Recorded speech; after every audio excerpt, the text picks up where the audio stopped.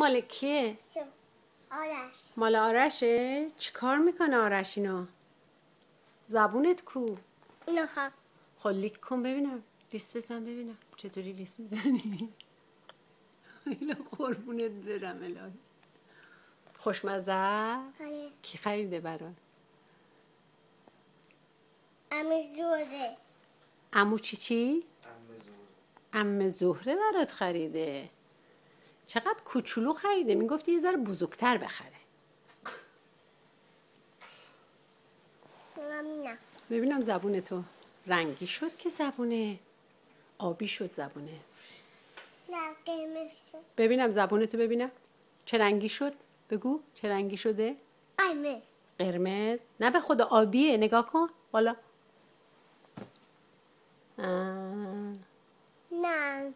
من دارم میبینم آبیه، میخوای برو تو آینه هم نگاه کن. ساعتت کو؟ ساعت ترکی بیا. ساعتت چه رنگیه؟ زرد. دوست داری رنگ زردو؟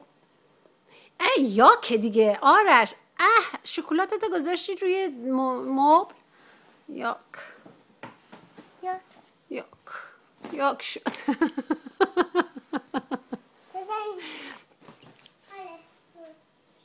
نه بذاری روی مبل عزیزم. بشورش. چقدر کوچیکه. خیلی